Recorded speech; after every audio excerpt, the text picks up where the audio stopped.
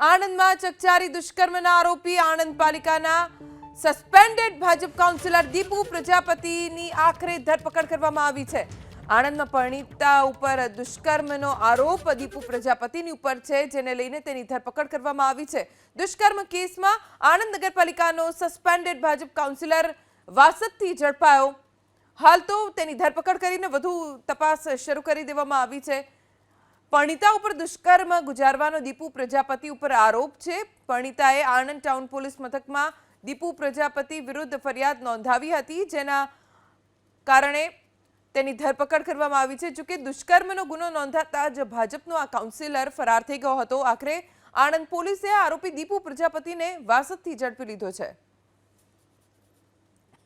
વધુ જાણકારી અમારા સંવાદદાતા જલ્પેશ પટેલ પાસેથી પ્રાપ્ત કરીશું।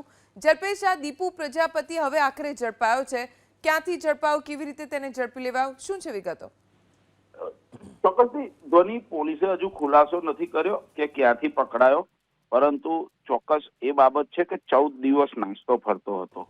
આણંદની આ જે ચકચારિત દુષ્કર્મની ઘટના છે, જેમાં નગરપાલિકાના કાઉન્સિલર વોર્ડ નંબર 6 ના સસ્પેન્ડેડ ભાજપના કાઉન્સિલર દીપુ પ્રજાપતિ જે હતો તે ક્યાંક ને ક્યાંક દુષ્કર્મ કરી અને દુષ્કર્મની ફરિયાદને જોઈ ભાગી ગયો હતો, ભૂગર્ભમાં ઉતર્યો હતો। મહત્વની વાત એ કરીએ કે જે રીતના દુષ્કર્મની ફરિયાદ થઈ તેની સાથે જ ભાજપ એક્શન મોડમાં આવી અને આ દીપુ પ્રજાપતિને સસ્પેન્ડ કરી। કહી શકાય કે જે રીતના પરિણીત મહિલા ઉપર દુષ્કર્મનો જે એની પર આરોપ લાગ્યો હતો, ત્યારબાદ ફરિયાદ થઈ હતી અને ત્યાં મારામારીના દ્રશ્યો પણ જોવા મળ્યા હતા। પોલીસે જે મારામારી કરનાર જે વ્યક્તિઓ હતા તેમની તો ધરપકડ કરી, પરંતુ આ દીપુ પ્રજાપતિ જે છે, જે મુખ્ય આરોપી તે ભૂગર્ભમાં હતો ને 14 દિવસ બાદ હવે પોલીસે તેને ઝડપી પાડ્યો છે અને આગળની વધુ તપાસ હાથ ધરી છે। જી, આભાર જલ્પેશ જાણકારી આપવા માટે।